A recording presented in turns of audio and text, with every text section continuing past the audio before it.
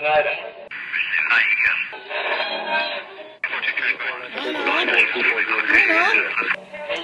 is that you? There, I think I got it.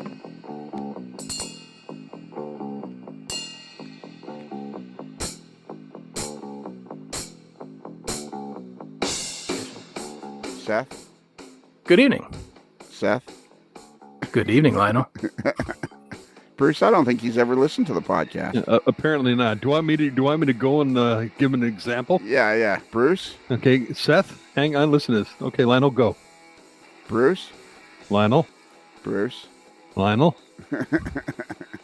Bruce? Seth? Seth? So hey, you guys, we got Seth. Hey, Bruce, is it okay that I let Seth back into the studio?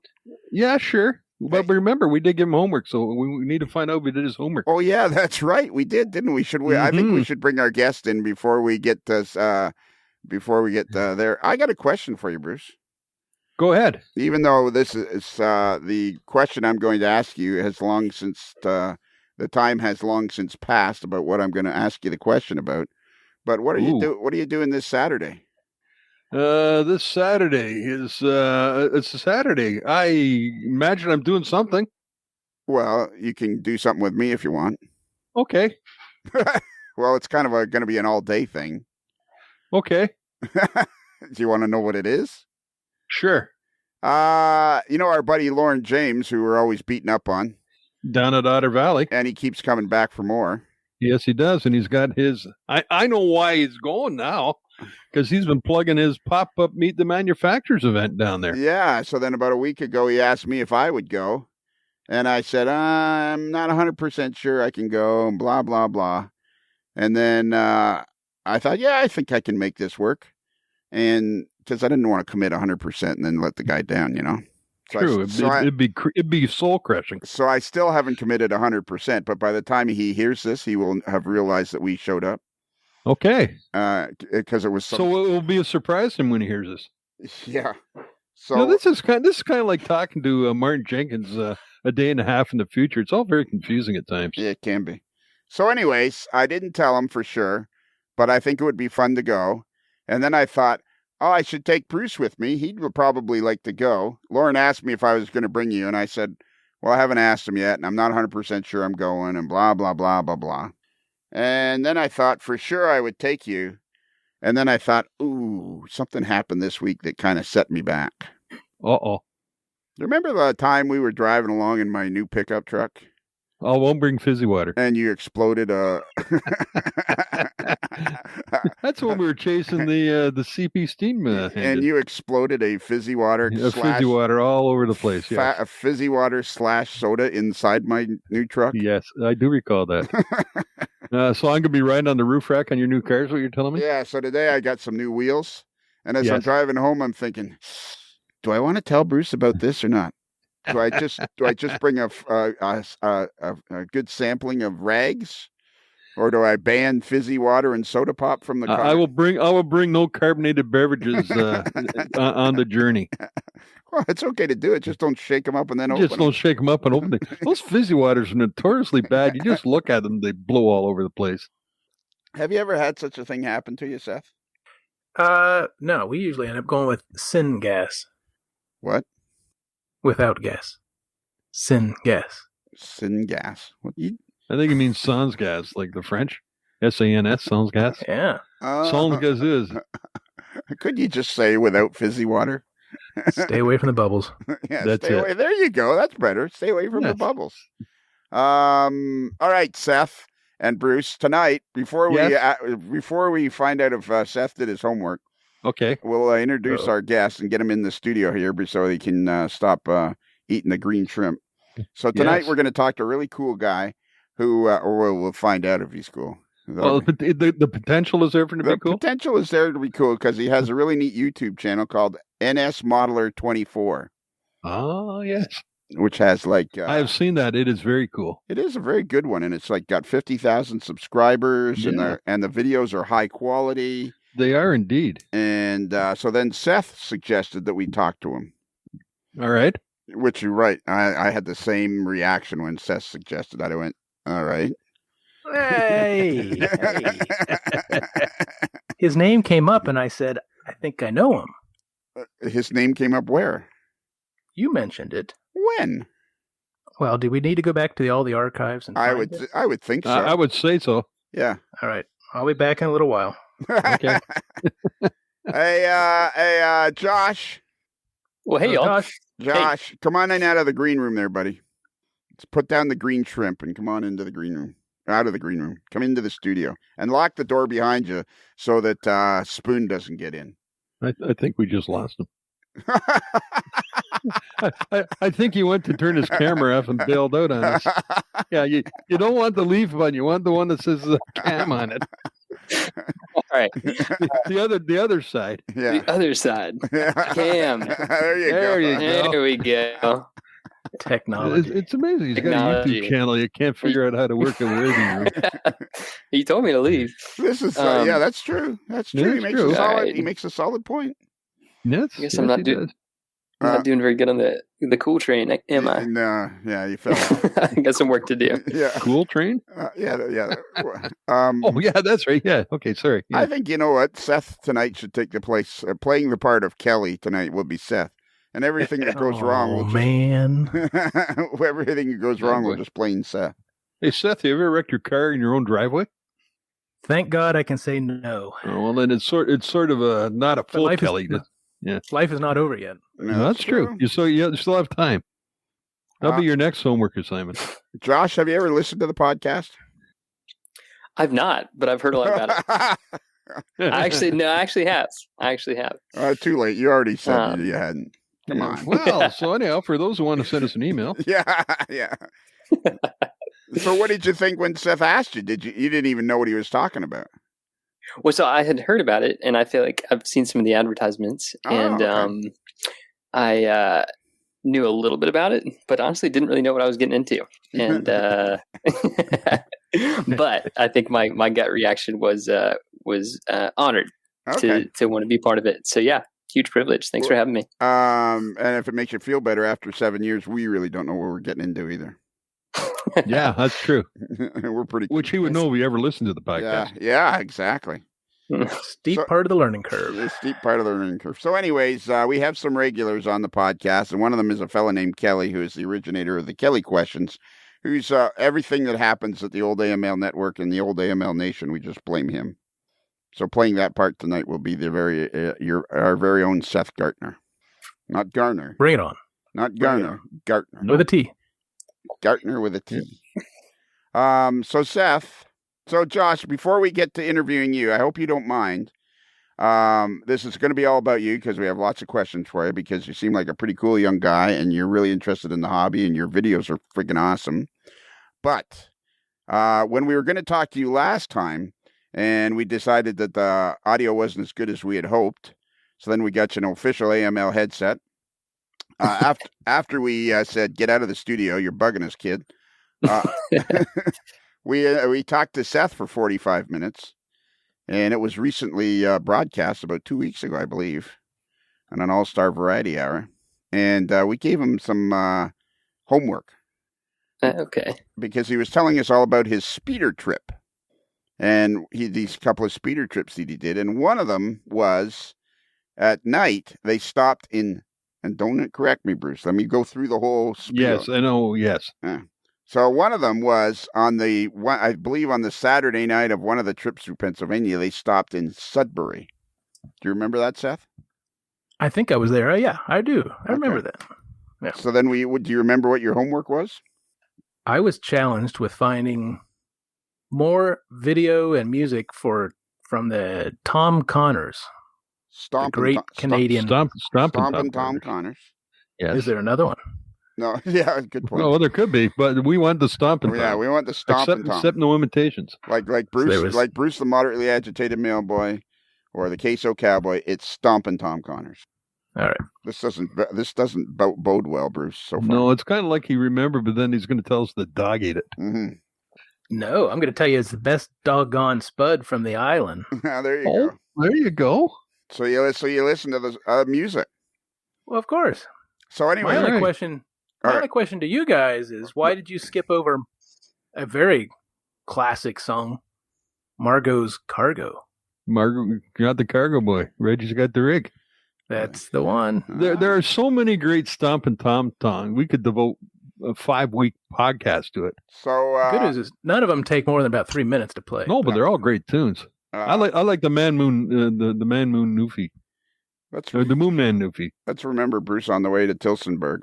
Yes, we have my back still aches when I hear that word. Tobacco fields of Tilsonburg, Tilsonburg. My back still aches when I hear that word. I do have a Stompin' Tom CD. We'll bring it along with you. There we go. Is it going to explode? It's not going to ruin. No, it's not going to explode. No, I'll make You're not going to put it in there. I'll make sure it's unarmed. Got 32 tracks on it. Yeah, you're not going to put it in there, and then all of a sudden the thing will jam, and then I got to your new dash wheel blowing up, and that'd be it. Yeah. So, anyways, Josh, what it is in they stopped in Sudbury, Pennsylvania, one night on their speeder trip, and then we started on a Saturday night, and this fella, Stompin' Tom Connors, who is the revered Canadian musician, country musician, folksy country musician. One of the most famous songs in Canada is Sudbury Saturday Night. The boys will be getting stinko, the girls are at the bingo, and they'll think no more of Inco on a Sudbury Saturday night. And the girls are out the bingo, and the boys are getting stinko. We think no more of Inco on a Sudbury Saturday night. The glasses, they will tinkle when our eyes begin to twinkle, and we think no more of Inco on a Sudbury Saturday night. With Irish Jim O'Connell. But we digress. Well, actually, we don't digress. Not really. So then we asked Seth, hey, have you ever heard that song, Sudbury Saturday Night? To which Seth replied, how well do you know Seth, Josh? Decently well. Okay. Not super well. Okay. I've never heard him sing the song. Yeah.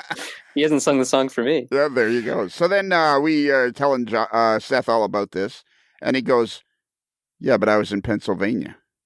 And we're going, well, it doesn't matter. You were in Sudbury on a Saturday night, and there's a song about it. Blah, blah, blah, blah, blah, blah, blah.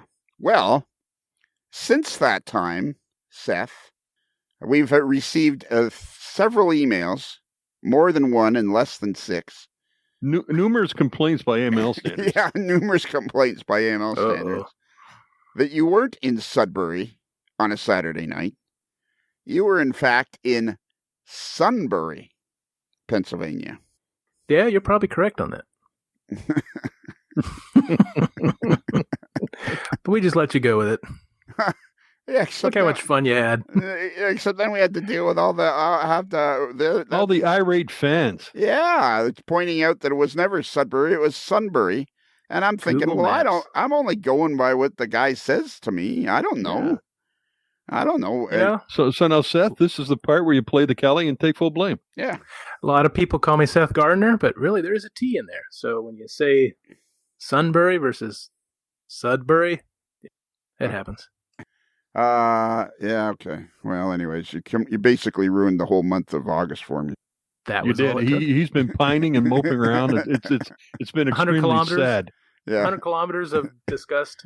Yeah, exactly. The whole 100 kilometers. All I can think is I can't believe Seth didn't tell us it was Sunbury, and he was the one that said it was Sudbury, and it was just such a kerfuffle.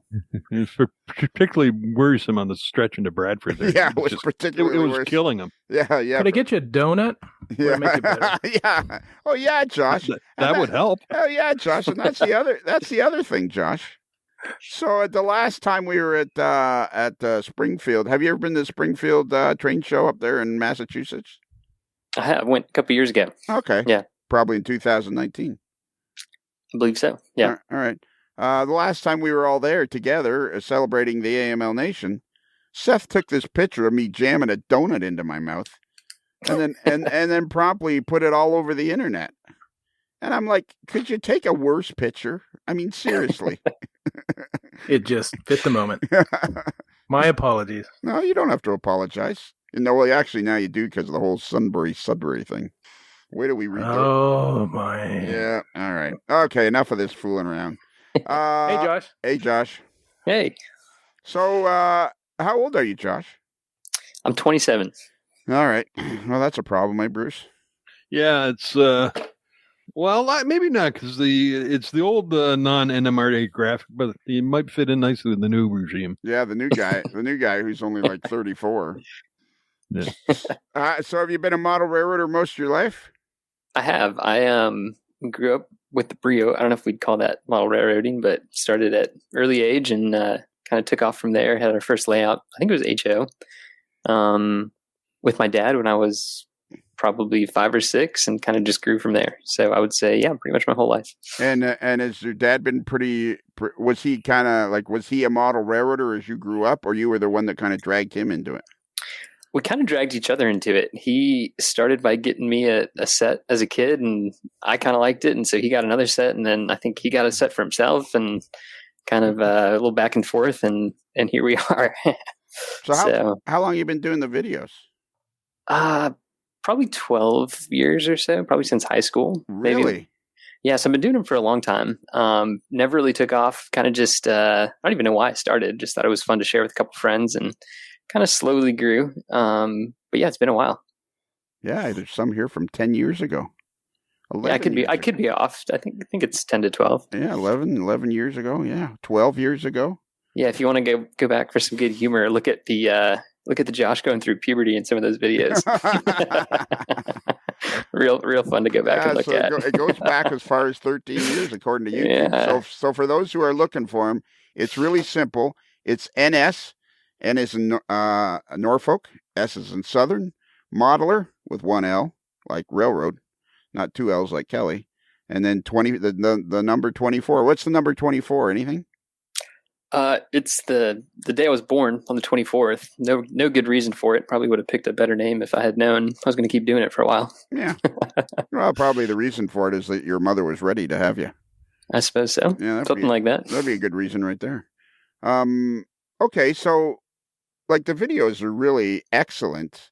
And what is this, like the first layout you and your dad built, or so this layout I'm assuming is in your parents' home? It is. Yeah, it's at my parents' house, and I live about 3 hours away from it now, so I can still scoot back there on the weekends and see them. But this is our second layout. The first one had moved around a lot, grew a lot, had that for maybe 5 or 6 years, and I think I have a video of pictures of that somewhere on the channel. But yeah, I had that for a couple of years and ended up upgrading to the layout we have now when we moved to our current house. Okay. So, and what kind of lessons do you feel like you guys learned from your first layout? Oh man, so many. One, it was pretty much all track on a 4x8, and then we added another 4x8 sheet of plywood, and basically no scenery, just track everywhere. Which was fun growing up, but scenery wise, as we kind of grew up a little bit and figured more out about it, there was definitely a lot to be said about having less track, more scenery. And it was also a walk around. I can't even remember the terminology, but it's just a piece of plywood versus, a walk through layout where you have the peninsula and the layout around the walls. So, learned all sorts of stuff from electronics to track. And if we were to do it all over again, I'm sure we'd upgrade 100 other things, but it was a great starter layout. But you guys seem to get a lot of, like, what's the overall size of the layout? It's about 24 by 24 feet. It's kind of an L-shaped room, so there's a cutout here and there, but just about 24 by 24. And I had a really good question. Don't tell me what it was. Oh, yeah. Is there like a track plan anywhere, or is there a Facebook page or anything like that? There is. I have a Facebook page for it, and honestly, I think I posted a video somewhere of the track plans. My dad's made a couple of videos, and I think that might have been one of them, but it's all hand drawn. We don't have any electronic versions of the track plan. And what's the Facebook page? What's the name of that? Same as the YouTube channel, NS Modeler 24. It's a group versus a page, and I did that so people could ask questions. I thought that would facilitate helping others out a little bit more than a page. You can interact a little bit more, and my goal with the whole thing, even with the whole YouTube channel, has always been to kind of promote the hobby and teach other people. So that page is kind of the reason I did a page versus or a group versus a page. Right. So, and it's a private group. And I just sent a request to join so that I could see the stuff. I think I can go fix that. All right, cool. So like He can multitask. wow, yeah, we kind of frown on that here. Oh, well, We- I'm trying not to do too much of that. We try. There we go. We don't like we kind of frown on clever guys here. That's why. Okay. That's well, why. I'm back. That's why Seth is here. So, Josh, when you had your first railroad, were you guys doing any sort of prototype things that you were following, or what made you go to more of the prototype with this current railroad? It's. I think it's funny. My dad has always said I was maybe nitpicky is not the right word, but always kind of had an eye for realism, or just what didn't, even as Brio, I was like, well, these trains aren't real enough, and so he made some SD40-2s out of wood, and they were Brio, and I loved them, and he painted them for SP, BN, and Union Pacific, and we still have them up in the train room. But I think as we got to see some other layouts, we both kind of realized it's a little bit more fun for operations to have less track, have more room to run. And we did kind of a point-to-point style layout where the layout was built more around operations versus just train tracks everywhere, which was fun for the time. But I think that was the biggest change. And do you guys operate this layout? I mean, this layout looks like it's fairly well along as far as the completion state. It is. It's probably, I mean, all said and done, probably 90% complete, but we still have quite a bit of scenery to do, and that last 10% seems to never really go down. You fix one thing and another thing comes up, or you find something else to work on. So I guess, like they say, it's never quite done. Yeah, Right. So how long have you been building this one? I'd have to go back and look, but I think somewhere around probably 11 years or so. Okay. I think some of the first videos I put on the YouTube channel were right around the time the first trains were run on the layout. I'm pretty excited about actually, you know what, to be completely honest with you, probably been about 3 years ago that I started thinking, geez, this would be a cool guy to interview. So what do you do? So you're 27. Are you going to school, or are you done with school? I'm still in school. I'm in med school right now, so I took a couple of years off after college to figure out my life and what I wanted to do, and this is where I landed. So Okay, and that's hard work, isn't it? Going to med school. it has its weeks of being Yes. hard. Yeah, it's hard. Say yes. Yeah. And where are you going to school? Where are you going to med school? I'm at a school called MUSC. It's down in Charleston, South Carolina. So down on the coast. All right, and do you have plans? Like, you're going to be a specialist? I know a guy that's was an emergency room doctor. Yeah, I know a guy too. Yeah. That's on the list, emergency room. There's a bunch of stuff on the list, but I think the bottom line is I don't know yet. And Okay. I have a couple years before I need to figure it out, but So we'll get there. talking to a current student and talking to a retired doctor. So when do you have to figure out what it is you're going to do? Like, Seth, jump in here, but when do you guys have to kind of start saying, all right, this is what I want to do? Or is it just a continuing learning process, and you can kind of keep going towards something? Does that make sense? Does that even make sense? In the old days, the third year and fourth year, you started doing your clinical rotation, so you got a lot of exposure to the different specialties. And for me, it was more of what I didn't want to do. It's like, yeah, that's neat, but nah, not going there. So by processes of elimination, then by fourth year, I figured out emergency medicine was what I found my interest in. Oh, okay. And is that kind of what you're May be finding? similar for Josh. It may not. Yeah. How is it for you, Yeah. Josh? How does that sound like in your experience? That sounds pretty spot on for the layout. I'm in my second year now. Next year we start our clinical rotations, and from all the classmates above me, it sounds like it's pretty much the same thing, where you get to see all the different ones, what you like, what you don't like, and kind of process of elimination, and something will click, and you go from there. But it sounds like that happens mostly third and fourth year. Yeah. Okay. Well, the world always needs Yeah. good doctors, especially good doctors that are avid model railroaders. Yeah. Yeah. There's no we can't ever have too many of those. All right, Josh, what kind of questions were you expecting me to ask? What was it? What is one thing you would like to tell now that you have the opportunity on the podcast with us and to get the discussion going? Like, what is the one thing you would like to tell people about the hobby that since you started doing social Yeah. media?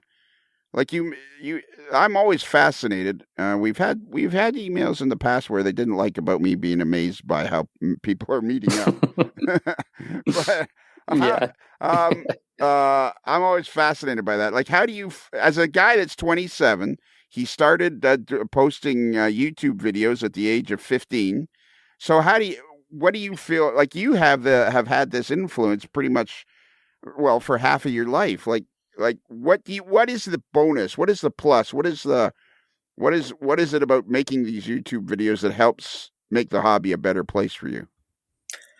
Well, I think the biggest thing for me has always just been sharing what I've learned. I know that, as my dad and I were going through this, countless people have taught us and continue to teach us, things about the hobby, things about the real railroads, and just so grateful for, everything they've done.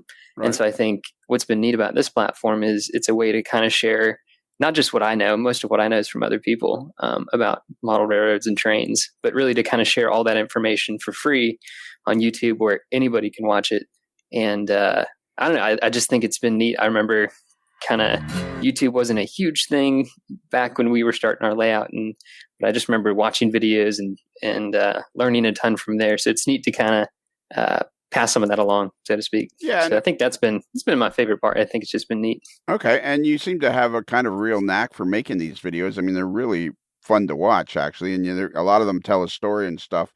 And do you feel like, did making videos kind of become a side hobby maybe for, like, it looks like you wanted to constantly improve your quality. Like, I'm watching the one here from October 25th, 2019, which happened to be my son's 34th birthday. But it's manned helper operations, live coal loads, and it's just really fun to watch because what do you use for a camera? I've always used my iPhone. Really? Yeah, I think a lot of people are a little surprised by that. Excuse me, but I found that the iPhones are great because they can focus well. I guess any camera can focus well, but an iPhone, they have the offset camera and you can really put it down at track level.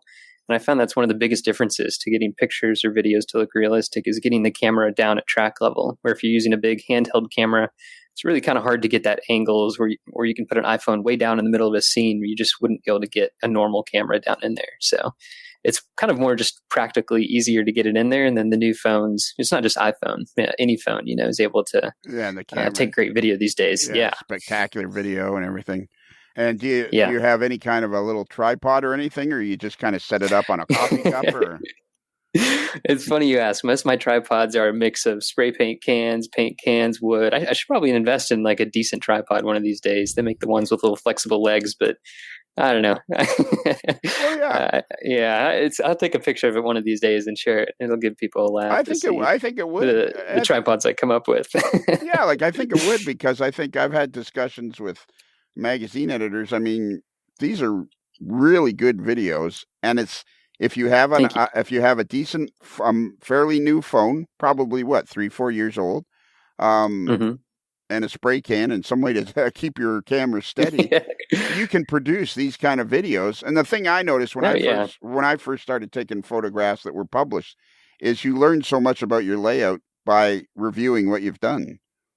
And I totally agree. Yeah, the quality of this is just, I mean, I think part of it too is that you have to have a bit of an eye for this sort of thing, and a bit for the drama of the whole idea of the whole thing. But they're really, really fun to watch.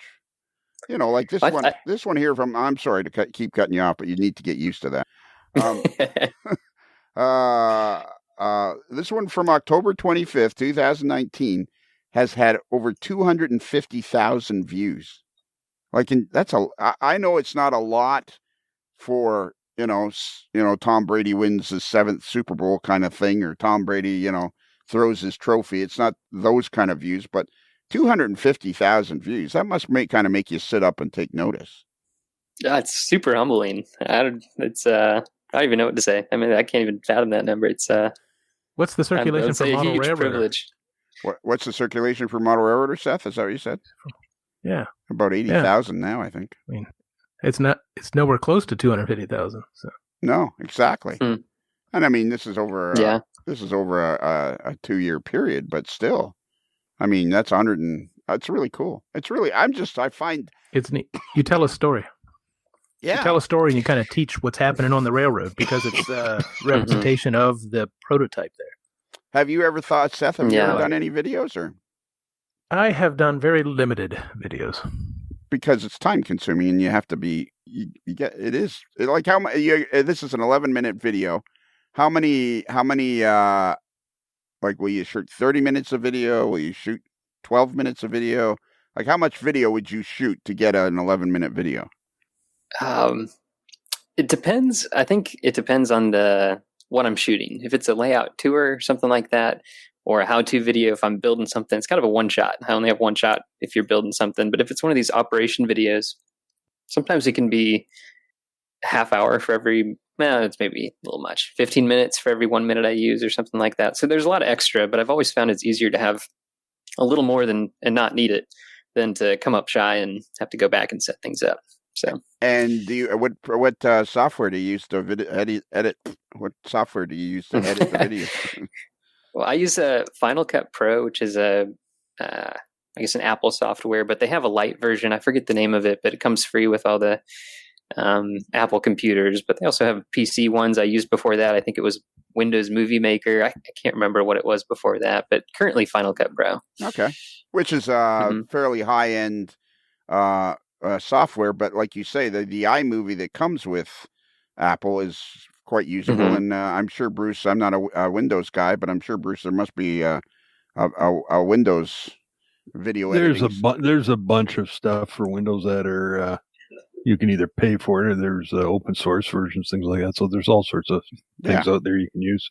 All right, so tell us about your layout. Where exactly is it situated? It's at the house I grew up in, which is in Western North Carolina. Right. In the basement. No, but I mean, like what is the layout of? What is it? Is it of? Is it the western? Is that the southeast corner? Yeah. You want my address? No. Yes. We wanting that. Yes. Bonnie Meadow Lane. Yeah. We already know you live at 6423 Bonnie Meadow Lane. So. Is it the Midwest? Is it the Rockies? What is it? It's mostly Blue Ridge Mountains, kind of mountains of Western North Carolina, with different bits and pieces of the upstate of South Carolina thrown in there, and it's a prototype freelance layout. So, kind of just a bunch of different parts from the Norfolk Southern lines in the area that we've seen that we like, wanted to model, and kind of mushed it all into one layout, but loosely, Western North Carolina. And how much? What's the scale of feet to inches when you're mushing a layout? So I guess if we had to say one prototype line that we modeled, it's the S line, which goes from Knoxville, Tennessee to Charlotte, North Carolina. And that's several hundred miles, and we have several hundred feet of track. So, okay. So, I don't know if my conversion's right there, but yeah. So if you're going to model several hundred miles, you need several hundred feet. But you have to smush that. So we did some smushing. Okay. Yes. Do you model? Did I see one video where you talk about the Saluda grade? I did. We grew up super close to the Saluda grade, and way back in the day, used to know some of the engineers, ride up and down it, and I always thought it was just one of the coolest pieces of railroad in America. And I don't know, it was so cool seeing them go up that grade. And so I took parts of our layout and kind of did some camera tricks to make it look like Saluda, and put some bridges and moved some buildings. So transformed it for the video, and we actually made I made a video kind of teaching people how the grade works and how they operated trains on it. So we did, yeah. And I was there a couple of weeks ago. I saw that picture. Were you at Saluda grade a couple of weeks ago? Yeah, posted it on the fans page. Rusty rails, but it's steep. The trains aren't running there anymore. That's right. Like, when did they stop running on Saluda grade? I think it was 2001. Okay, and did I hear you say you rode? You got to ride on it? We did. So when they took the trains up the grade, they take it up in cuts, and then they'd reassemble the entire train at the top of the grade. And we noticed the brakemen would always have to walk back and forth and walk the whole train every time they did it. So we started we were out there watching him, my dad and I. And so we'd offer them a ride up to the cab, and they'd enjoy the saving a mile long walk. And so after doing that for however long, they offered us a couple rides in return. So it worked out. It was fun. So you got Nice. you got to ride the Saluda Grade? I did way back in the day. I wish I could remember a little bit better. I was pretty small, but I remember bits and pieces. And it was the one time my dad didn't have his camera, he said, which I guess probably was a good thing for them, but it would have been nice to have some pictures. Yeah, exactly. Wow, that is, because I mean, probably most people don't know what the Saluda Grade is, but it is, wasn't it the steepest track in all of North America with like a 4.5% grade or something? Yeah, it was. And I think people, I don't know what the exact number is, but it was steep. Yeah. It's a mainline grade, but that's right. Yeah. Yeah, it's a mainline grade. So did I already ask you about, did I just say, I think I repeated. Steepest standard gauge mainline railway in U.S. Average grade 4.24% for 2.6 miles. I know. Maximum is 4.9 for about 300 feet. That's steep. I think after seeing your video, Josh, about the Saluda Grade, then I started searching it on YouTube and saw a couple of really cool videos. One from NS about how to run the Saluda Grade. I mean, I've seen that video. Yeah, actually, I borrowed the music from it, or the same soundtrack they used. Oh yeah, to try to get a little nod to them. Yeah, I thought that was kind of funny. Yeah, that was a neat video. The guys were wearing their ties, climbing off and on the equipment between locomotives and everything. The Saluda Grade just a different era, and it wasn't that long ago. No, it was not that long ago, and almost that you kind of want to think to yourself as you're watching it, as trained buffs, as people that are involved in the hobby of model railroading and rail fanning. I mean, you almost think the Saluda Grade should be treated as a historical site. Because, I mean, trying to get trains up and down that, and why was that piece, why did they continue to maintain it? Because it was the shortest route between this and that sort of thing, wasn't it? Anybody? Somebody? It's kind of what it looks like. Yeah. It was short, but it was steep and expensive. Yes. Right? Mm-hmm. Yeah. So they could take trains instead from Spartanburg, run them up through Charlotte to Salisbury, and then bring them back into Asheville from the east.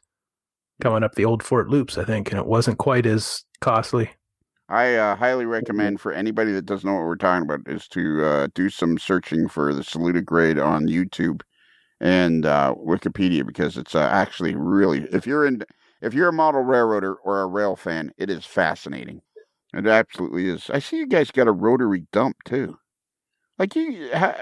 Oh, that's neat. Tell them about it, Josh. Tell them. Did you get to operate the coal train, Seth, when you were over? I can't remember. Next time. Yeah, I remember we saw an article in Model Railroader. We read the magazine growing up, and it was this O-scale layout. I actually just saw a video of it again a couple of weeks ago, but this guy had a freelance O-scale layout with live coal loads, and we always thought, man, that'd be cool if we could do that. And so we kind of toyed around with some ideas and ended up kind of creating a closed loop system where we have our layout's 2 levels. We have an upper and lower level, and we have the coal mine on the lower level, and then the hopper for the coal is under the shelf of the upper level, which is right underneath the rotary dumper. So there's a rotary dumper on top, the hopper underneath the upper level, and that loads into the to the coal loader or into the mine. And so it's kind of a loop where you load the coal trains, take them up the hill, put them in the operating rotary dumper, and then you can take the empties back down just like the real thing. And it works pretty well. We're still working out the kinks and have a couple of revisions to go, but it has been it's been a lot of fun. It definitely adds a lot more realism to the layout, but especially to operations. Everyone kind of gets on their toes when that coal train's going up the hill, because you never know if it's going to derail, and then you have a mess just like the real thing. So it's been a lot of fun, and certainly can't take credit for it myself. I have a good friend, his name is Grayson, and he did all the electronics. It's all, you push one button and it totally unloads the car by itself. And my dad did all the hardware design. So there's a lot to it. You push a button, it raises the track so it can uncouple. Mm-hmm. Isn't that right? Yep, exactly. So it's more than you can imagine. I mean, there's several things going on. I'm looking at the video. I'm looking at the video right now, and is that rotary dumper? That was a Walther's kit, wasn't it? It was. The base of it was. Then I think my dad did most of the work to that one and modified several parts. But yep, that was a Walthers. And so Seth, you've seen it in operation in person. Oh yeah, first class operation. Okay, so Totally. so somehow the hopper goes, because I see how each individual hopper goes in there, and then what are you saying? You have to uncouple it. To uncouple it, the track actually raises so that the coupler knuckles will slip over each other, and then it allows the other car to advance in. So and it's all set with one button push, takes care of it all. Really? Well, that sounds pretty darn cool. Yeah, so we wanted to originally have rotary couplers, which just like the real ones, the cars, roll into the rotary dumper as one string, and they just turn the dumper, they stay coupled, and the couplers themselves actually rotate. But nobody makes those in HO scale, and we didn't want to build 100 of them ourselves. So we came up with this kind of alternate plan where we just raised one of the cars enough so the couplers uncouple, and we've clipped off all the little magnetic air hoses. So that way it'll uncouple, roll into the rotary dumper. The whole thing is on an incline, and then it'll dump the car and spit the car out the other side. I'm watching this. That's impressive. Yeah. And it catches the car while it's rolling at the right spot, so then it clamps it so it can dump it, and then it returns it to vertical normal position and then releases it. I mean, there's several steps in there. Oh yeah, that's right. So that's well right. done. I'm looking at it now. So it's well done. The car goes up. It goes onto this platform. That platform raises from the one end. It raises at the train end, and then the car uncouples, rolls into the rotary dumper, and then the rotary dumper dumps out the live load. And boom, it goes back and then rolls out the other end. And so who's this Grayson fella that did all this electronics? So he's actually one of my best friends, and we met at a train show. We actually met through YouTube, which is kind of funny. Well, there you go. Sent some messages back and forth, Time out. We got a listener that gets fed up with me. We're going to get another irate letter. Yeah, we got one. I know several listeners, but I'm always excited about this. This is the difference between now and years ago. You met because he was watching your YouTube videos. Yeah, we were in the same area, had the same, interests, and just totally connected over that. And, friends ever since. I was in his wedding a couple years ago, and, thanks YouTube. So. I don't care what anybody says. That is the coolest part of this hobby nowadays, is all the connections people are making through the social media. I absolutely don't care if I say it too much, because it's just the two guys we talked to not that long ago, Bruce, John, and I'll remember anyways. Yeah, those guys. Those guys, yeah, those guys. But anyways, Grayson's a good friend, and is pretty incredible with electronics. So how old is Grayson? Same age, 25, 26, something like that. I should probably know that. About the same age. We're the same age. Yeah, we should probably be talking. We should probably be talking to him. He sounds a lot more interesting. You might want to. He knows what he's doing. I'll say that. He is studied engineering, knows everything electronics, and really just helped us with signals, helped us with the rotary dumper. All I'm that looking stuff, at your video on the dumper, and like there's servos, there's gear driven, there's belt driven things, there's wires galore. It's like the inside of a spaceship going on here. It's most impressive. Yeah, I think we all agreed if we were to do it again, you learn something every time, but we'd probably simplify it a little bit if we could. But him and my dad were kind of the masterminds on that project, and really pulled it off quite well. So I can't take too much credit for any of that. Go ahead, take the credit. Tell everybody it was your idea. It's team effort. Won't do that. John Caffarelli and Cam Neely. There you go. Those are the two guys that they also met. They met on Facebook, I believe, from each other's layouts. A couple of young guys like your ages. I think they're a couple of years younger than you guys. And same deal. They met on social media, have become close friends. No, there haven't been any the other one's wedding party yet, but I don't know why everybody else isn't as excited about this as I am, because I just think this hobby is going to absolutely explode, and we're all going to be covered with model railroad goo. I mean, here's two young guys. This is what I know. I go on and on and on ad nauseum about this, but to me, This is the greatest part of the modern hobby, the modern day of model railroading, is how people can find each other, become great friends, lifelong friends, and help each other with their layouts.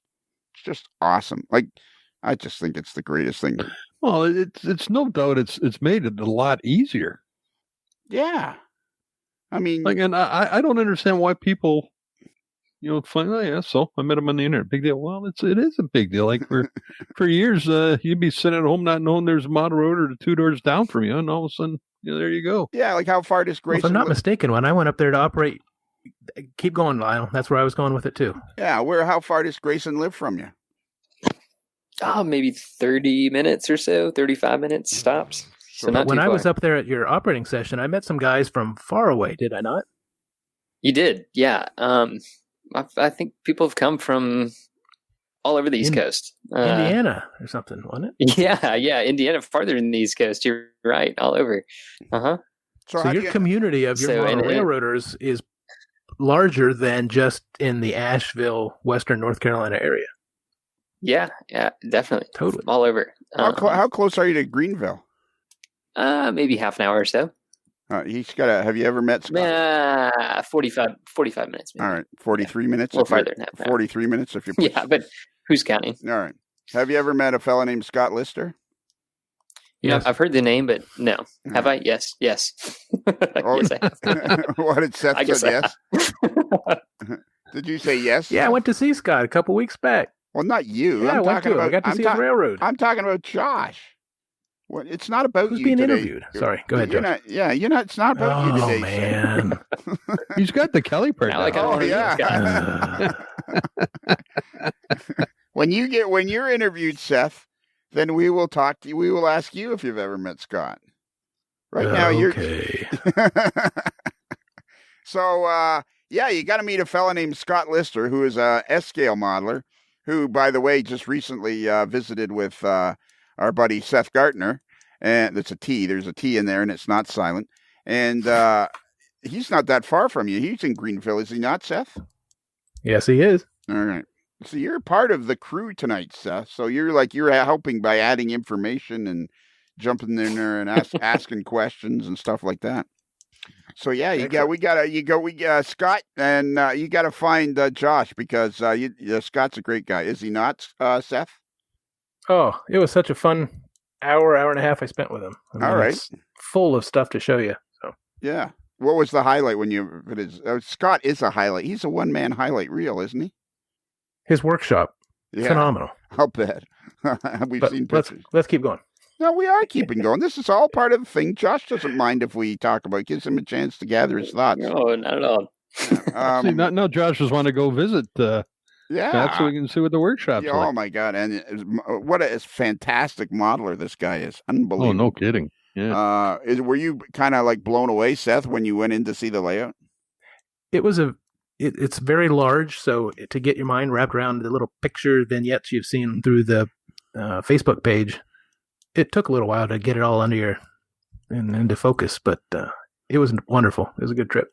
Highly recommend anybody going by. All right, and do you want his address? Yeah, let's go. Isn't he? Doesn't he live on Oak Tree Drive? I thought it was Bonnie Meadow. No, okay. No, you're on Bonnie Meadow Lane. He's on Oak Tree Drive.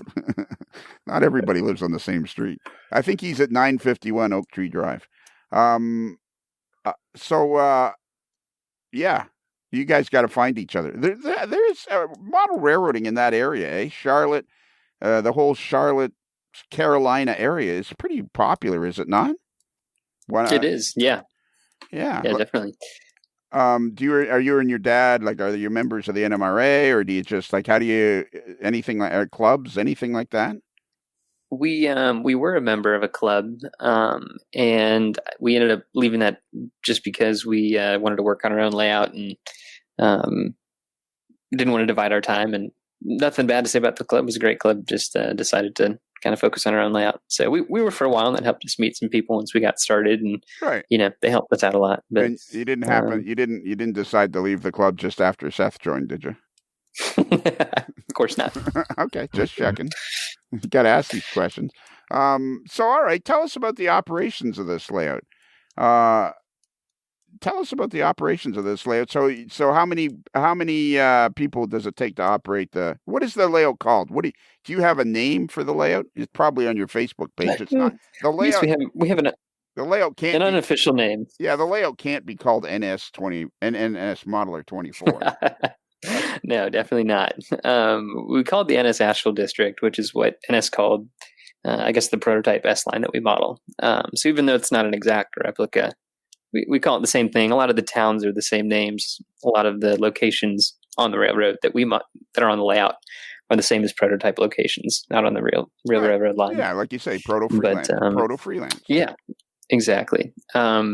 So we kind of just like the real thing, we really wanted to add, the dispatching aspect of it with working signals. The more we got into it, we kind of had a little bit of fun with some of the track authorities. And something we found really cool about that aspect is that it slows things down, just like the real railroad doesn't exactly operate fast, but sometimes it's kind of fun to model that, those aspects that can seem a little nitpicky. And something I always tell people when they come over to operate is that if this isn't fun to you, this one part, just forget about it. We kind of have a laid back approach to operations where we want to make it realistic, but if that's not fun to you, do whatever's fun. We're here to have a good time, and that's kind of the bottom line. So I'd say that's the bottom line of our operations. But to answer your first question, we will operate with anywhere between, sometimes Grace and my dad and I will just run trains for a couple hours. I guess you could call that operations, but usually 4 to 8 is kind of the number, and 6 or 7 seems to be the perfect number. If you get more than that, people are waiting and things slow down a little too much. It gets a little busy, but somewhere around there. You're right about trains don't need to be constantly running. It's okay to be not running and waiting your turn, and that gives it more realistic operation as far as I'm concerned. That's why I always love if I ever get a chance to dispatch, because I'm very much about, eventually some guy will say, I've been sitting here for 15 minutes, and I get to go, yeah, I know. And well, we always have a table of snacks out, and people seem to enjoy the sit to go get some snacks. Maybe a soda or something. Snacks are crucial. There's a fella whose layout I operated in Florida a couple of times. John, can't remember his name. And he used to always have a big bowl of M&Ms out and a couple other things with sodas and that. Snacks are a crucial part of operations. Our buddy Uncle Dave Abel's beer seems to be a crucial part for him, but that's another story altogether.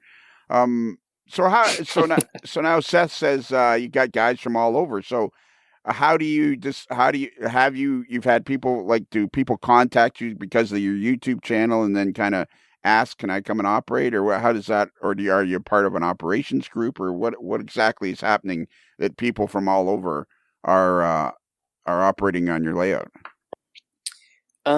Yeah, there's no real rhyme or rhythm to it. We're not part of an operations group.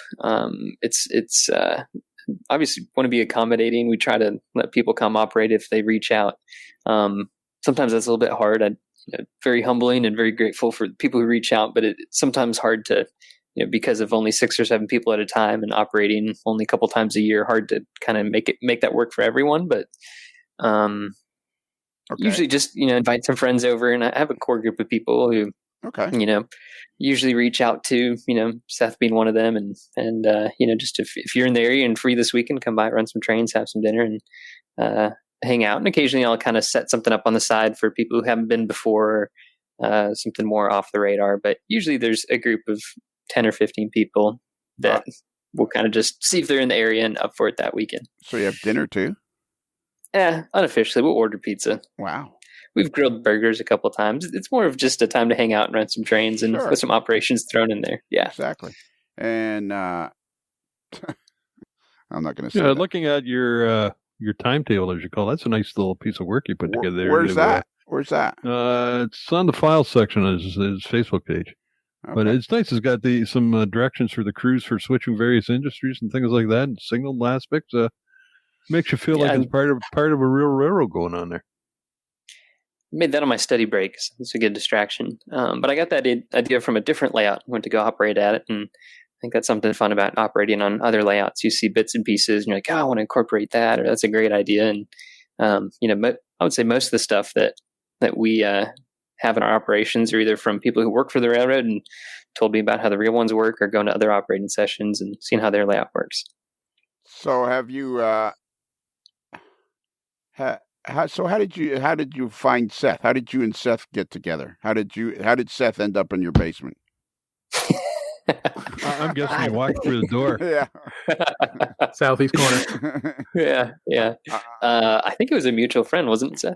It was Todd. Was We it met Marcus? It was Todd. Todd. I was wondering if it was Todd or Marcus. I couldn't remember who was the mutual connection there. That's right. He introduced us up at Springfield. That's right. That's right. Yes. Tell us that story again, because you told us that story on when we were talking about Sudbury Saturday nights. That All-Star episode. What was it again? So you and so Josh was hanging around. So how did you know Todd Arnett? He's in the area. Okay. So kind of another local guy who, a lot of fun to be around, and good guy, and models NS. So I think we kind of connected over that. Quality modeler. And he is an great excellent modeler. Excellent modeler. We got to get him back on here. And he's in the Charlotte area too, is he not? No. Yes. I believe so. Yeah, close to it. So what you got to get Denver. What do you got to get used to, Josh? What do you got to get used to if you ever do listen to the podcast, which apparently up till now you never have? I bet you he'll listen now because he's on. Some of them twice. Yeah, some of them twice. Well, he's a long ways from that. I know James Henry's listening, and Roger Coleman, and Mick Shea, and a whole bunch of guys are listening, but Josh hasn't listened. But he's busy becoming a doctor. So what was my question going to be? Oh yeah, that wasn't that good. Had to do with Todd. Yeah. After further review, it wasn't that good of a question. Yeah, I was listening to the Scott Lupia episode, and I started repeating myself. And I said to them, well, after a while, the podcast just became the same half hour rehashed over and over because I couldn't remember anything. I thought it was funny, anyways. You had to be there. We will someday. Yeah, exactly. Insert the canned laughter. Yeah, insert the canned laughter. So you knew Todd Arnett through, and how did you meet Todd? Mm-hmm. How did you meet Todd? He's going to kill me. I'm so bad at remembering connections. Okay. I believe it might have been through a Scale Trains connection. I think I knew some of the guys over there, and I believe he did as well. And so I can't remember exactly when. All right. Might be a good question for him. Sorry. You're obviously not as excited as how everybody's being drawn together as I am. I think I'm the most excited about that. How everybody's finding each other. I'm excited. I think I'm just a little forgetful on that end. All right, I'm looking on your Facebook page here, and a fella named Sven Kryberg. He says, "Hi, Josh. I weathered my locomotive according to your instructions on YouTube. That looks very good. Thank you very much. So, do you have some sort of special? You made a YouTube video, obviously, about weathering locomotives or weathering rolling stock in general." I do. I have a bunch of different how-to videos that are up, and most of them are kind of centered around just sharing what I know, what I've learned, what I've picked up. And that can range anywhere from, painting a building to weathering a locomotive to putting anything. Obviously not everything, but a lot of times when I'm working on a project, I'll try to film some of it to share some tips and tricks. I don't know, whatever you want to call it, with whoever wants to watch. But such as removing locomotive numbers from the side of the locomotive. Okay, yeah, tell us about that. Thanks, Seth. I used that this summer. All right, so tell us about that. That was is this a doctor thing where you guys just are secretive and you don't want to tell stuff? Is that what it is? Kind of a trade secrets. Yeah, exactly. Doctor, it hurts when I do this. Well, then don't do that anymore. Don't do that. So, anyways, Josh had a video on using Scotch tape. Oh, you really? need a little bit of a solvent to loosen up the ink pad numbers on the side of the locomotive. I think Solvaset is what you initially recommended, if I'm not mistaken, right? Yeah, I think it was a microscope product. Mm-hmm. Mm-hmm. Okay. And you soften it up, and then you put Scotch tape over top of it and burnish it with a dull pencil or something to that effect and lift it off. And it kind of works. You got to work at it a little bit, but it doesn't damage the paint underneath. So that was a good tip. I used it. Thanks. So you put a little bit of like Solvaset or microscale whatever what would their thing be? Same, whatever the name of their product is. You dab that onto the numbers to kind of loosen them up, and then I think it was Microsol. Microsol, little red bottle. Okay, and then you put that on the numbers, just to dab it on. I'm assuming with a Q-tip or a brush or something. Yeah, I think it was just a small paintbrush. Come on, Josh, for crying out loud. You got to be able to remember this. You can use a Q-tip or a paintbrush. I think the application utensil doesn't matter. Doesn't matter all that much. Is this a bit? Did you guys get together ahead of time or something? I'm never trying to hide anything. I just I think I've done it both ways, multiple ways. Okay, so then you just very lightly, I'm assuming, apply this Microsol or Solvaset, I'm assuming. Actually, I found it was easier. At first, I put a bunch on, and I actually noticed a couple times it would start to erode some of the paint underneath the letters. And so I found it was better to cut a super small piece of paper towel that was just about the size of all the numbers, just one piece to cover all of them, and then soak that. And that was a nice way to kind of evenly and lightly soak the numbers on top, and it seemed not to affect some of the paint underneath as much. So would soak the paper towel and then lay that across. I guess that's been the most recent version that I've been working with, and it seemed to work pretty well. And honestly, I saw that someone suggested that. I can't remember where, but okay, I take credit for that one. But yeah, I understand that a lot of the stuff that you're doing, that you've seen it somewhere else and blah, blah, blah, but we're not talking to them. We're talking to you. So we'll do a disclaimer here that everything Josh has done, somebody else has taught him. That's fair. I don't mean to keep repeating myself. So, okay, this sounds like a really cool tip to me. Does it not to you, Bruce? Absolutely. The paper towel thing, I've never heard of that. And I have not, and it's certainly, some to just irk the user who voices his pleasure about the internet. This is something that you would not have learned readily unless you went to a monthly meet or yearly meet or something like that. You wouldn't be learning all this wonderful stuff if it wasn't for the internet. I know. It's this avalanche of information that is all of a sudden available to everybody. And the cool part is everybody wants to share it. There's so many people that want to share, like the Seths and the Joshes of the world. And I mean, the mere fact that, that we have the podcast, and then Seth knows Todd, and Todd knows Josh, and then you guys all get together, and then Seth gets to go operate the layout, and he can help with it. I'm telling you, this is just one of the greatest parts of the hobby in the history of the hobby. The fact that we can all meet and get together like this. Where are you right at this minute, Josh? You don't have to give the address. What town are you in right at this minute? I'm in Charleston, South Carolina. Charleston, South Carolina. Seth, you're in Charlotte, North Carolina. And Bruce, north, yep. Yeah, and Bruce and I are north of the border, and the four of us are having this great conversation, which 10 years ago wouldn't have existed. Excuse me. I'll don't worry, I'll edit that out. It would not have existed, and now I'm hearing a tip I have never heard before in my life. To get the numbers off the side of a scale, and I'm assuming a scale trains locomotive, an Athearn Genesis unit. This is works on most of the modern locomotives that are manufactured because of the pad printing that they use in China. And what was that? Correct. Yeah, except for might botch the pronunciation, but Kato for some reason doesn't work on those. I have no idea why, but really? Everything else I've tried seems to work out. Yeah. Okay. They must have a different paint application over there, but everything else seems to work on. And Proto 2000 used it. Oh, you used it on Proto 2000? Did you say, Seth? Mm-hmm. Okay. Yes, I did.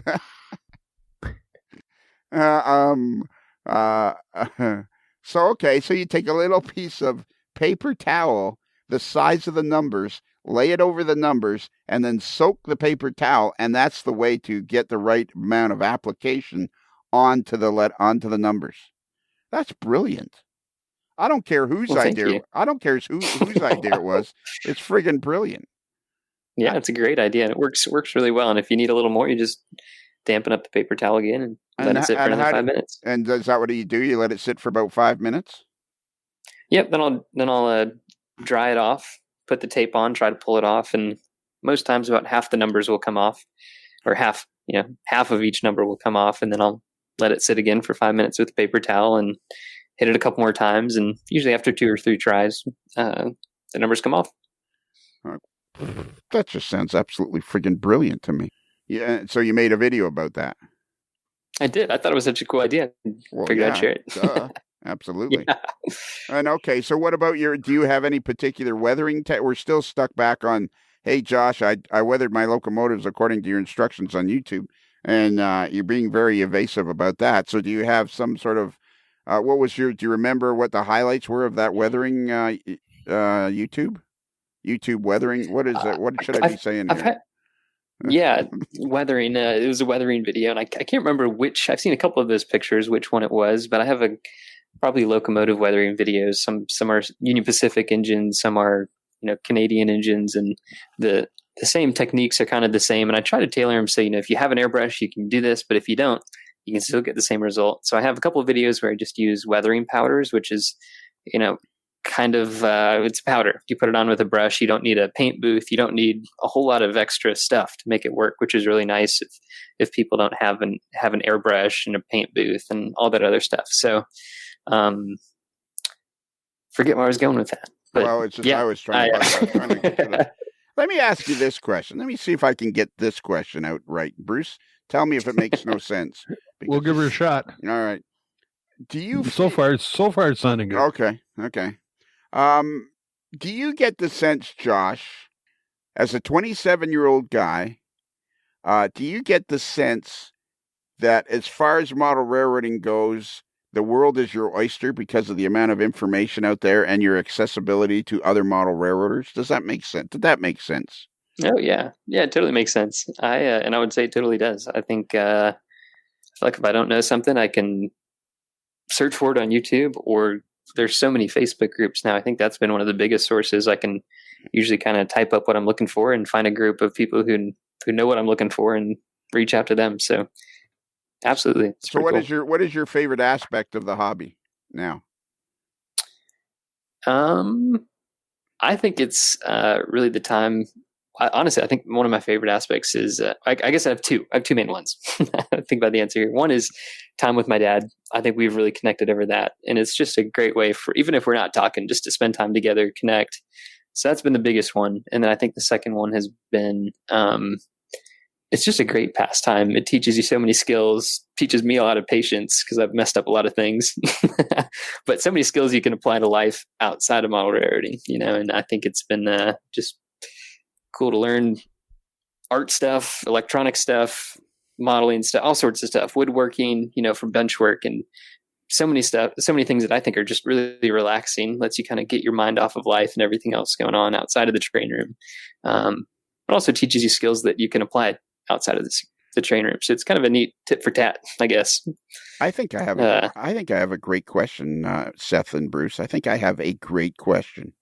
Might be a complete dud.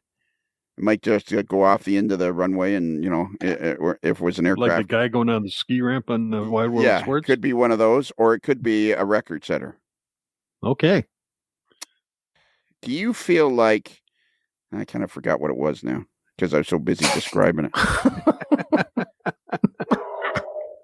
Do you feel like? No, actually, I do remember now.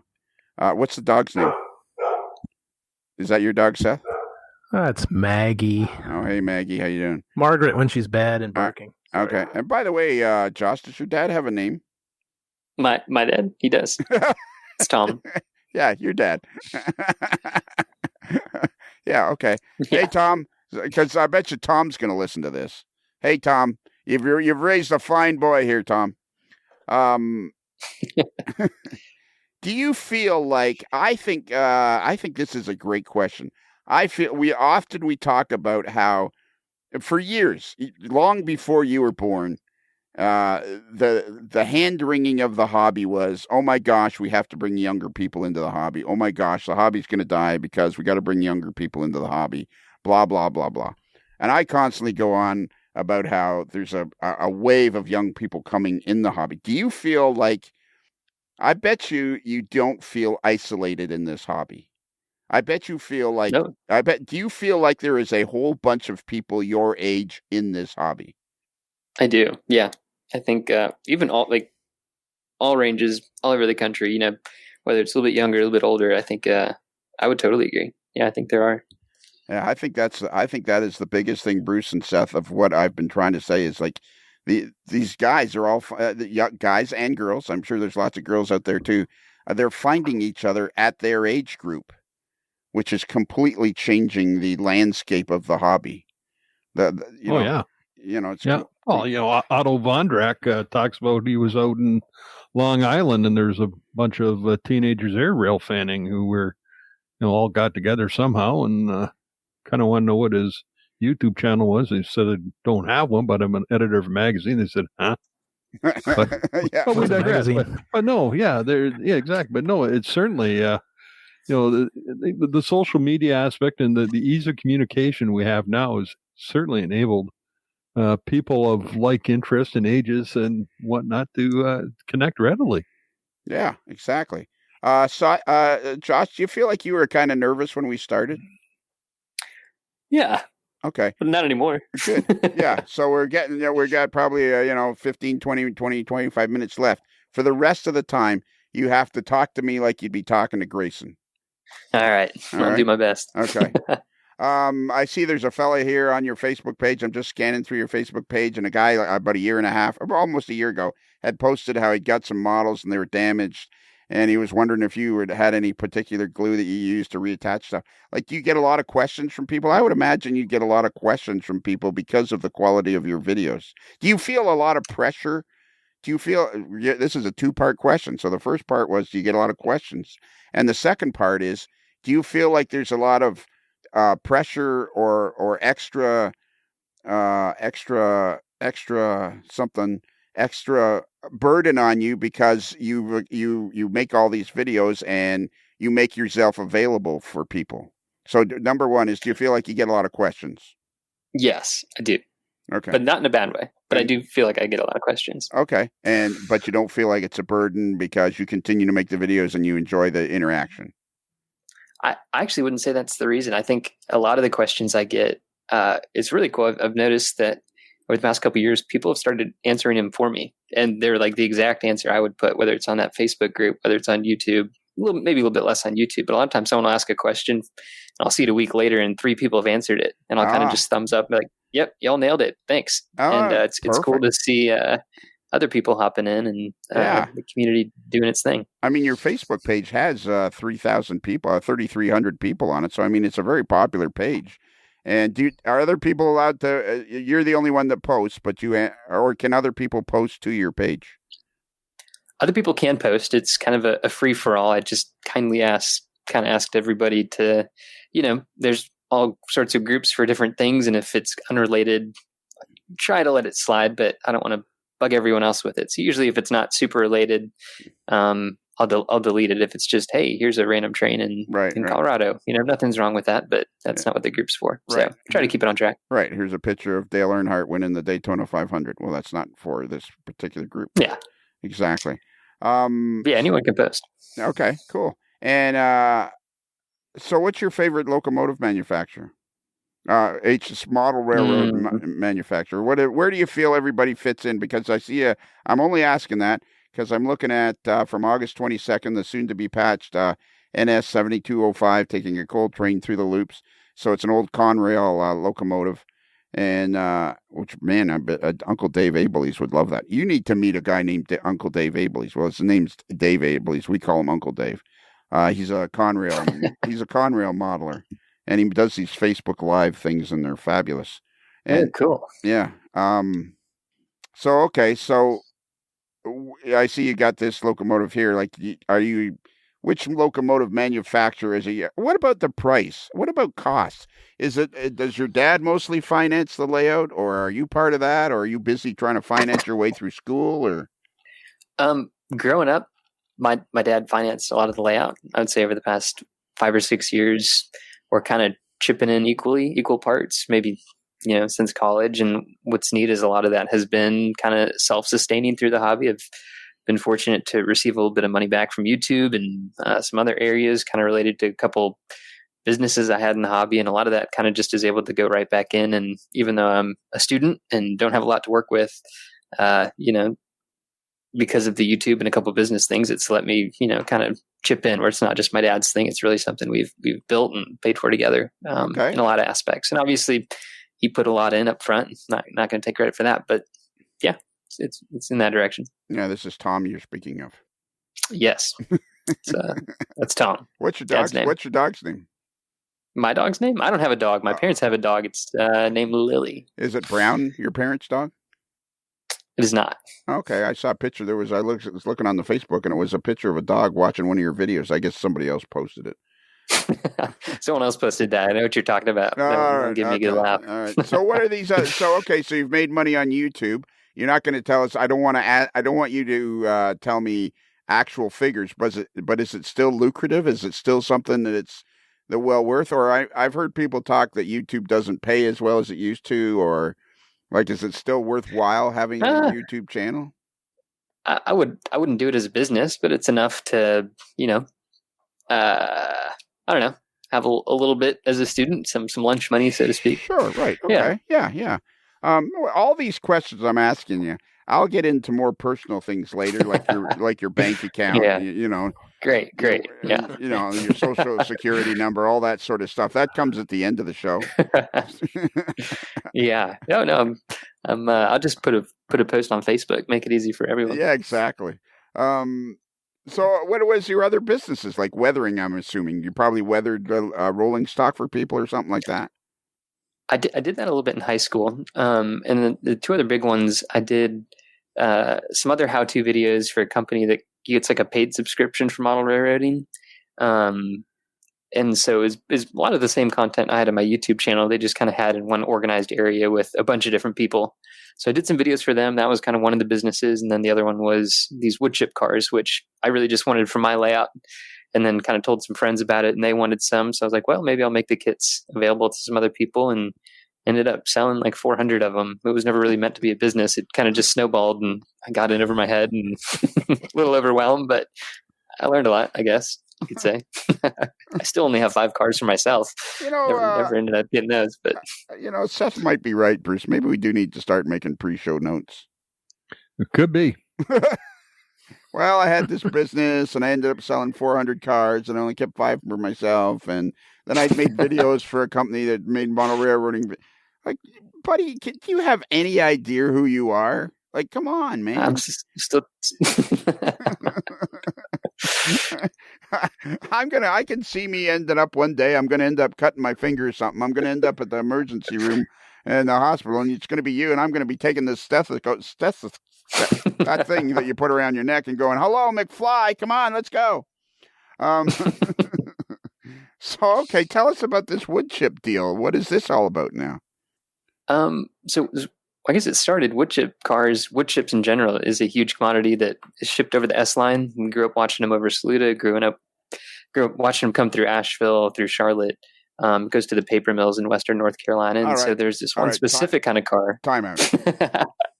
Too much info. No.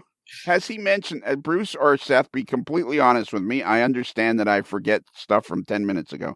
Be completely honest with me. Has he used the term S-line before in this show? Yes. Okay. Yes, he has. All right. Damn. Nice try, though. Yeah. When you first asked him about the location of Lego besides the basement, that's when he was talking about S-line. Oh, all right. Yeah. Well, then I was getting flustered because he was like telling me it was in his basement, and I'm thinking, yeah. All right. Okay. So you're making the wood chip cars for the S-line, which is part of the Norfolk Southern, around the Asheville, Greenville area. Okay, so I interrupted you, and I'm so sorry, Josh. I'll try to never ever do that again. Oh, don't be sorry. I didn't. Good clarification. I didn't really mean it, anyways. That's all right. Okay, so you wanted to make wood chips are a big commodity in the area that you model, and you wanted to make wood chip cars. So okay, carry on. So what happened? So I wanted to. So what happened? You wanted to make these wood chip cars? I want to make a couple. And so originally I was going to build them out of styrene. And then I was like, well, why don't I just make one out of styrene and then have someone resin cast it? And so I reached out to a gentleman in the Asheville area who has a good name of resin casting, had done some good kits in the past, and just wanted to see if he'd make a couple for me. And I think, I don't even know. I kind of had an idea after a couple of people heard about it to pitch the kits. And I thought, oh yeah, that'll be a fun little summer project. I'd make 20 or 30 kits, and did pre-orders. And I think those sold out in a couple of weeks. They didn't sell out, but I put a cap on it because I didn't want to kill myself trying to make all these kits. And so I got the resin cast, ordered all the parts from different suppliers, and made a little kit you could put together, and some ready to roll ones too. And kind of snowballed from there. And how much was the Anyways, kit? it was these wood chip cars. Right. The kit was $45, I think. Okay. Did you ever, was it like in a proper box, or you put it in a Ziploc bag, or? It was. If you search Crosstime Models, it's still a page on Facebook. You can kind of see the car. You can see, I'm not pitching myself. I did this a couple years ago, but you can see what the box looked like. It came in a white box that was, 2 inches, but 3x3 by 9 or something like that. And had little foam inserts to protect the shell, and then little, parts bags, screws and trucks and wheels, couplers, and then some custom decals as well for the car. Are you David Leobach? Because don't know who that is. Oh, really? You don't know who that is? Wow. I don't. No. Do you know what? Have you ever heard of Tangent models, freight cars? I have. I have a couple of their cars. One sitting on my shelf right now. That's David Leobach. All right. So you made these models. They were called Crossline. It was a company you started called Crossline Models. Cross-tied, like the wood beams. All right. Okay. Mm-hmm. All right. That's a nice looking wood chip gun. Yeah. Slow down. I'm an old guy here. There's a lot of information I got to process. Okay. Wow. Look at that. Holy mackerel. And there's a post here from May of 2020. Look at that. Yeah, I have a couple of people still asking if they're available, and I ended up, letting the gentleman who did the casting just take over the whole kit. Once I started school, it wasn't quite feasible to keep doing those things, so he kind of took over and went from there. So I think he's still selling them. I don't know. Oh, really? Still selling them? Did you look at that? He was as of 6 months ago. I don't know. Wow, well, that's pretty cool, don't you think? I think it is. Seth, don't you think that's pretty cool? Very cool. Did you leave? Did not know anything about that till tonight. See, that's exact. There Boom. we go. Wow, look at this. And what is this? Okay, November 19th, 2019. New old stock now available. 5 Golden Spike modernized NNW's G82 wood chip gondolas. These modernized cars include heavy weathering and pre-installed safety striping. Please email Crosstime Models. Blah blah blah. And the cars were available. So you were selling them for $99.95. Yeah, and so initially, face value for a ready-to-roll car, it's kind of expensive, but these were all hand-built. The ready-to-roll was me building, painting, decaling, weathering every one, so I think it was a good deal. Absolutely. Despite what people will say. I don't think no. So, you know what? yeah. We have a friend, I'm sure you've listened to all the podcasts and some of them twice.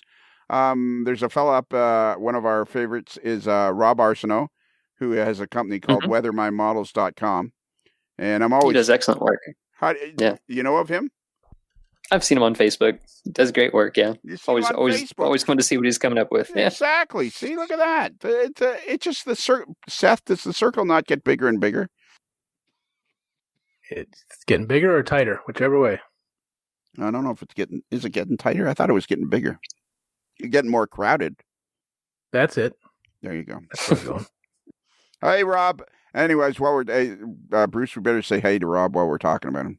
Hey, Rob. Hey, Rob, because we know he's listening. Excellent work he does, and he's also a very talented artist. Yeah, he is a very talented artist. So one of the things I didn't want, when I said $99.95, I wasn't saying it like, holy smokes, it's $99.95. I was saying, oh, look at that. And you were selling it for $99.95. Yeah, because didn't take it that way. Yeah, good. Because I feel like people will, if it's value to people, they will pay for it. They will want to pay for it. So and then I am always saying to Rob Arsenault, he's always kind of apologizing for what he charges, and I'm kind of like, no, you're doing a great job, man. Keep it up. Like, just keep going. Yeah. Because not everybody has time or desire to weather their cars in rolling stock. Exactly. Now, here's something I will tell you what kind of a guy our guest is. Look back at a post from May of 2018. He puts in a plug for the local company that provided foam packing for shipping his wood chip guns. Wow. That's cool. I have never seen a manufacturer say, "Hey, shout out to blah blah blah for this stuff." Nice. Well done. One thing that was kind of fun for me is I know it's not feasible with big companies, to keep the prices down and keep things in America. But I think for this little venture, it's kind of fun to support, the local box company, foam company, and some other not local, but other smaller businesses in the hobby to kind of get some of the parts from. And it was kind of a neat way where I was able to learn, but also help some other, hopefully help out some other businesses. So yeah, you were excited about the fact. You were excited about the fact that it was American made, American built, American made, American sold. Exactly. All right, these are cool cars. Southern cars. They're very cool cars. Were they easy to put together? I tried to make them easy as they could, and I would say they were easy, but I got some feedback from other people that they thought it was pretty easy too. So I think I would say, yeah. All right. And as easy as it could be for a resin kit. Okay. And so you even had a video on how to build the things up on your YouTube channel. Of course he does. Of course he does. I highly recommend anybody that hasn't seen the NS Modeler 24. 24 is the day of his birthday. Anybody that hasn't seen it, well, it is. Anybody that hasn't seen NS 24 NS Modeler 24 YouTube channel, I highly recommend that you go to it because the videos are very high quality. Josh is a fun young guy, and I've been thinking about interviewing you for like 3 years, Josh. Well, let's do it again sometime. Yeah, we will. It was great to talk with you guys. What is this? Was it Model Railroad Academy you were making the videos for? It was, yeah. All right, and they approached you probably. They saw your stuff, and then they approached you probably. They did, yeah. They reached out, and was able to do a couple of, I guess, classes and shorter videos for them. So it worked out. Any thought of doing that kind of stuff again, or? I want to, and I actually have a couple of classes filmed. Thing for me is just editing takes so much time, and I definitely could, and I would love the opportunity to do it again. Just haven't quite had the time. Hasn't been, I guess, top of the priority list. Right. So well, you're busy. I'd love to keep the YouTube channel going if I can. So because you're kind of the top priority right now. Absolutely, because you're busy being a med student, which is hard work. It's very yes, it is. Do you have an agent? Maybe you have an agent. What, an agent to be a doctor? Hey, Josh, I got a question for you. Are you still awake, Seth? So this railroad... Are you still awake? I'm here. All right. I'm just waiting. All right. So this railroad that you and your father, Tom, built, lovely railroad. It was in your backyard. Now you're going to medical school. Everything's about delayed gratification. When you're going through medical school, you'll get to that point in life where you'll be able to do it, which is true. 10, 15, 20 years, 25 years down the road, I imagine there's going to be another fabulous railroad built by Josh Clark. What do you think your interest will be at that point? I'll be honest, I think about that from time to time. If I could, you talking interest railroad wise, what would I model? Is that the question? Yeah. I would love to do Saluda. I think one of the reasons I've always loved the hobby, and I think I've said this in one of my videos before, it's just a neat way to kind of capture memories. We love recreating scenes. I think I'm going somewhere with this story, but there's Taco Bells and stuff on our Starbucks, or Taco Bells. There's some Starbucks for coffee, stuff all over the layout that kind of reminds us of fun stories we've had or trips we've taken.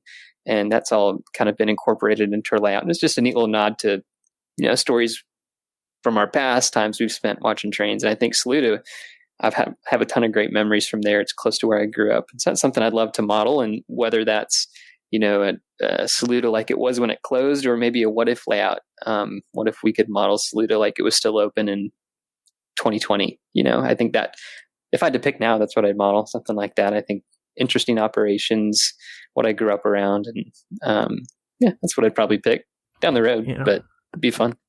And that's what I chose to model as far as my New York Central Piney Fork. It's my hometown. Kind of keeps the history alive. It does. It's fun to learn about things, and there's history to everything that I saw growing up, and the chance to be able to keep it going forward. Josh, have you been over to Seth's? I've been over to Seth's layout. I have. Yeah. I have a really cool video of it that's on my hard drive, and I'm waiting to edit it along with about 20 other videos. So, Right. Seth, I haven't forgot about your layout. You and Todd are both on top of the list. It's coming. It's coming down the drain. You have a lot going on right now. I totally understand. It is hard to make videos, isn't it? I mean, that's one of the things. A couple people, occasionally, people said, "Hey, you should make a video show," and it's like once you cross into that line of making videos, it's a lot harder to do than it's like people often say to me, "How do you do?" I actually do 2 of these a week, Josh. If you ever listen to them, ever. Well, now I will. Yeah, no, Twice a week. Don't do us any Don't do us any favors. We'll survive. But yeah, I mean, once you cross into making video, that is a whole lot. That's a whole nother level of work, and because the only way you can edit video is to sit and watch it, whereas I can edit the podcast while I'm driving around. And and I actually really enjoy editing. I think it's fun. It just takes so much time, and I've cornered myself a little bit, not in a bad way. I think it's a good way, where I've really made the quality of the videos high, which is cool, but I can't just, I could, but I feel like I can't just throw up a random video I shot on my phone where there's almost an expectation, maybe not an expectation, but on my part, an expectation to kind of keep the quality up for the video. So that takes time to edit. So that's, it takes a little bit of time, and I put myself there, but not in a bad way. Just, yeah, no, I think that's good for you. Yeah. Because people enjoy seeing NS Modeler 24, and they know it's going to be a quality product coming forward. So good for you. Yeah, that's Stick with your standards. Yeah, exactly. Stick with your standards, and that's what obviously you and your dad know what quality modeling is, and stick with your standards and keep chugging along, because you're adding so much to I guess the thing of it is too. Again, I'll go off on this tangent because it's my podcast and I can. I guess the thing of it is too. I'm always excited about young guys like you because you're adding so much to the hobby. I think the hobby's going to absolutely, I think it already has started to, but I get the sense that this hobby is way bigger than anybody realizes. I think it's going to get bigger than anybody realizes because of the availability of everybody, and guys like you that have you're taking your iPhone and you're making quality videos that people from all over the world can enjoy.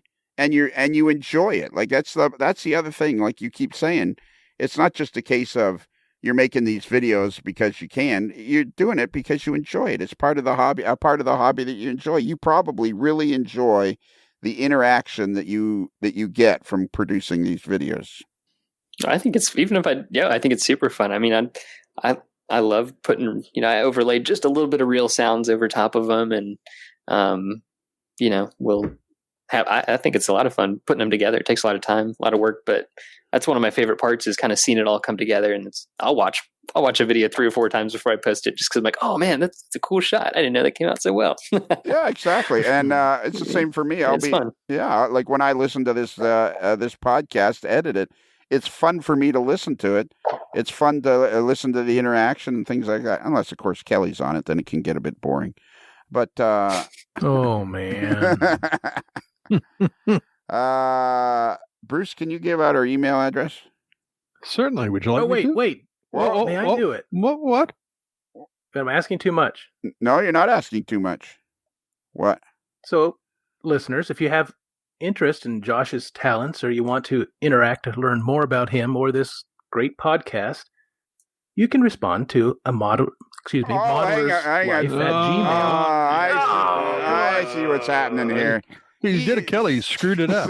Seth wants to do the email address. Yeah. All right. Okay. And in true Kelly fashion, he screwed it up. That's perfect. Edit that out. No, we're not going to edit that out. That's okay. That's part of the history now. Yeah, let's give him a clean slate. That never happened, Seth. We edited all that out, and now we're giving you a clean slate. Seth, can you give out the email address?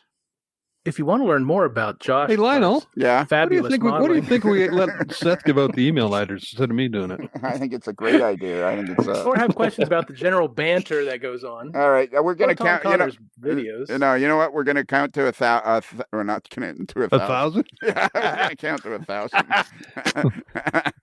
That's so you do your extended industrial fan soundtrack. It's all dead air too. We're going to count 1,000. We're count to 3, so we'll have a little bit of silence. Everybody, please. Josh, you have to sit back now. We're giving the floor over to Seth. So, Seth, in your head, count to 3, and then start. And you got a clean slate, buddy. Go for it. If you have questions or want to learn more about Josh Clark's wonderful modeling, you can visit NS Modeler 24, and you can also have further questions brought to us at our email address, modelerslife@gmail.com. That's modelerslife with 1 L as in Saluda, not 2 L's as in Asheville. That wasn't bad, Bruce. No, you guys all here? Not bad. Man, that was awesome. I don't think you could do any better than that. He left that was out great. He said at Gmail. He left out the .com. The entire address. Yeah. The entire address is modelerslife@gmail.com. So I mean, if you really were Kelly right now, I'd be beating you like a rented mule. Yes. Well, why don't you go ahead and beat him anyways? Sorry. Take it out. Sorry, Bruce. Not Bruce 1, Bruce 2. No, it's Kelly and Bruce. Kelly. It's only Kelly. We only have one Kelly, one Bruce. The modeler known as Kelly. The modeler simply known as Kelly. What's that? But there's 2 Bruces. Who are the 2 Bruces? Waiting. Who's the 2 Bruces? Can you hear me, Josh? Is my microphone on? Can you hear me? Yeah, I can hear you. All right. You want me to turn mine off? No. No, you're good. You're good. It's just a sound check because Lionel's trying to say things, and apparently Seth is in another wave pattern or something. Yeah, he's insisting that we have 2 Bruces. We have one guy who's the modeler, simply known as Kelly, and then we have Bruce, the moderately agitated male boy. That's me. Exactly. All right, so that was pretty good, Seth. That wasn't bad. Sit down again now. And then we also have a website, modelerslife.com. Now, Josh, did you check out our website? No. I actually did before. No, I promise you I did. Oh, okay. modelerslife.com. I can't remember the address, but I searched it because I was trying to do a little research before we all chatted. And how did that turn out? Yeah. How did the research go? Well, I found the website, so pretty good. All right. So what did you think of the website? What did you think of the website? It's pretty simple, I know. But it's simple. I thought it was good. I was surprised. No, I wasn't surprised. I thought it was just a Facebook. No, let me back up here. Yeah, you're like I do YouTube videos. The website was. you're like every teacher I ever had in high school. That was the first thing they'd ever say to me about if I passed the subject. I was surprised, but. You guys didn't let me finish. No, I was surprised because I thought you guys only had a Facebook group or Facebook page, and then I saw you had a website, and it was on iTunes and Josh, you know something? All over. If you listen to the podcast, you would know we have a Facebook page. We got it all. We have an email address and a website. So yeah, So we digress. So what did you see on the website that caught your eye? I saw somebody's face that said send us an email. That was the thing that caught my eye. That's right. Go. If you didn't quite catch what Seth said, you can just click on the moderately agitated male boy's face in a particularly agitated state, and boom, the address is done for you. All you got to do is fill in the text. And we take all emails, whether they're positive or negative. If you have negative comments, send them in. We want to hear them because we know we can always improve. We never will improve, but we know we can improve. If we want. Yeah. And let's see what else. We got the website, we got the email, we got the website. Oh, yes. So Patreon. Yeah, I'm getting to that. So Josh. Okay, sorry. When you become a full-fledged doctor and you're making some more coin, if you decide you like the podcast, if you click on the Patreon link on the website, for 365 payments of 16 cents, you can actually get twice as many podcasts every week. You can on Monday. Is that 16 cents a day, Lionel? 16. Well, I guess it works out that way because it's 365 payments of 16 cents. So it's 16. What happens in a leap year? I guess you get a payment off then, do you? Actually, no. That's where we put that money in a savings account. Oh, okay. Yeah. So, Josh, once you've listened to all the free ones and you want some more, on Monday, it's a free podcast. And on Tuesday, it's a paid podcast. Because our best buddy, Kaylee Zhang, calls it the Antics Channel. That's what she refers to it as. Because we do have some fun over there on the paid channel. We do on occasion. Yeah. There is a lot of fun banter. Yes, there is. And let's see what else. Oh, yeah. And finally, Josh, where do you buy most of your model railroad supplies? Well, I was trying to give a little plug for the local hobby shop. I think it's important to support them. So I get mine from when I was in Chicago. That was Lombard Hobbies. I get a lot of stuff from eBay, Facebook groups. I'm a little hesitant on Facebook groups. I've been ripped off a couple times. So mostly Lombard Hobbies, some Walthers.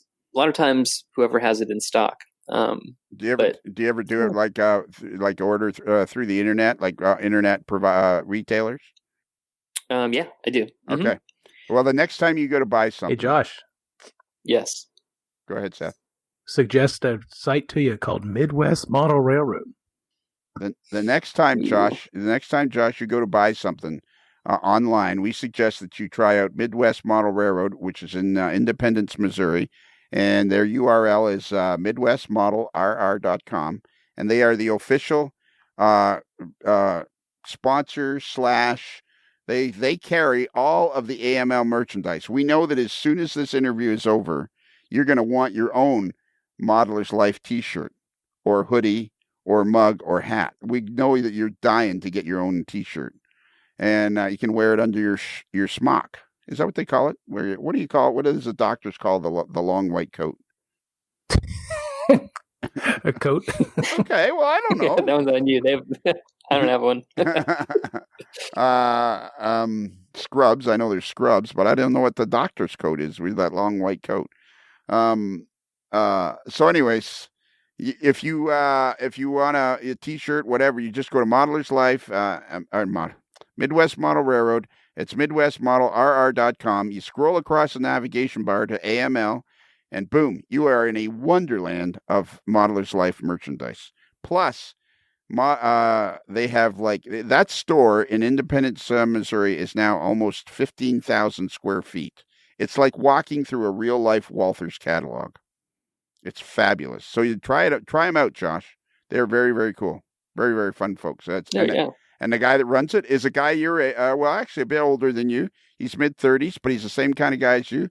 Enjoyed the hobby forever. And his name is Stephen Atwell. And he started the store with his dad. His dad's name is not Tom, though. Hey, Tom, how you doing, buddy? What's your mom's name? Laura. Do you have any brothers or sisters?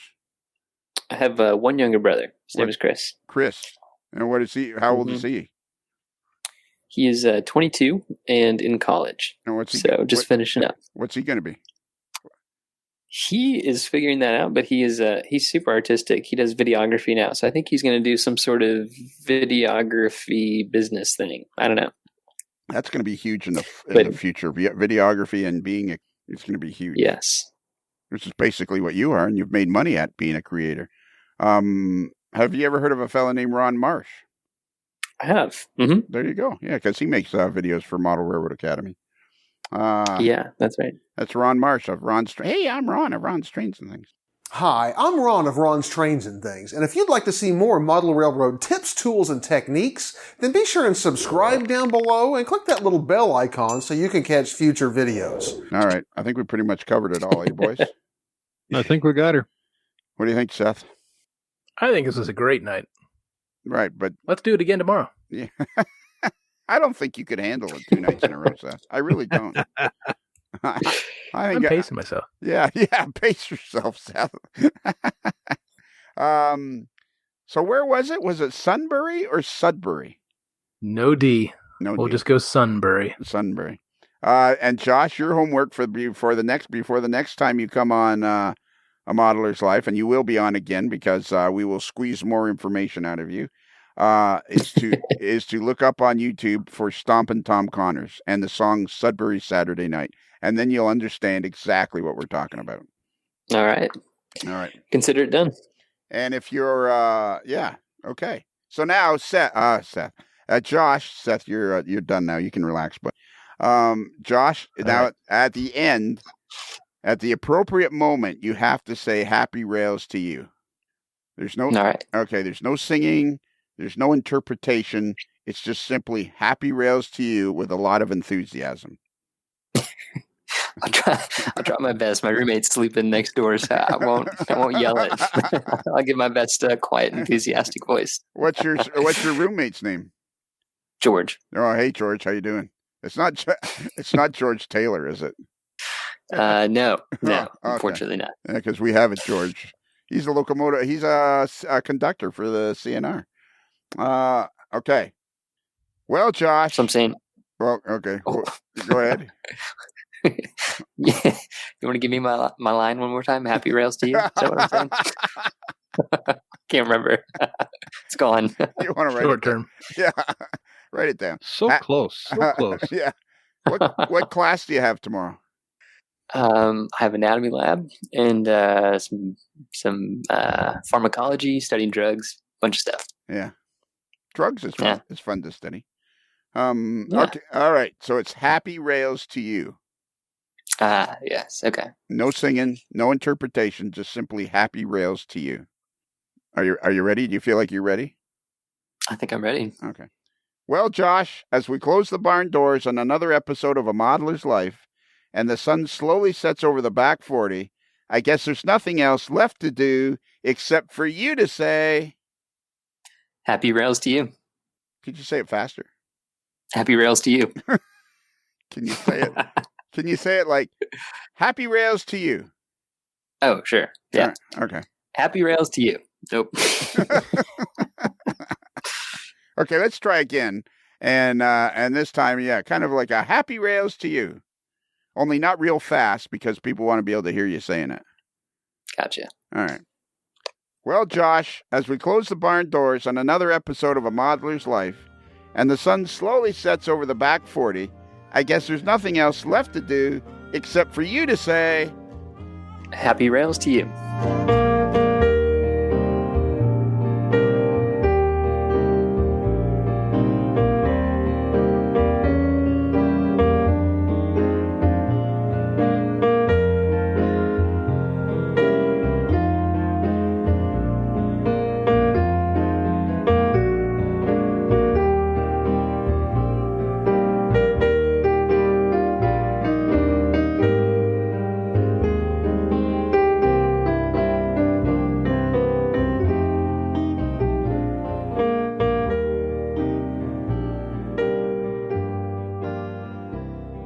While in Busted Knuckle, guests of A Modeler's Life podcast stay at the Casa del Sol Motor Court and Inn, where late-night dancing at the Rumba Room is a magical event to be experienced. It's another Lincoln Homer.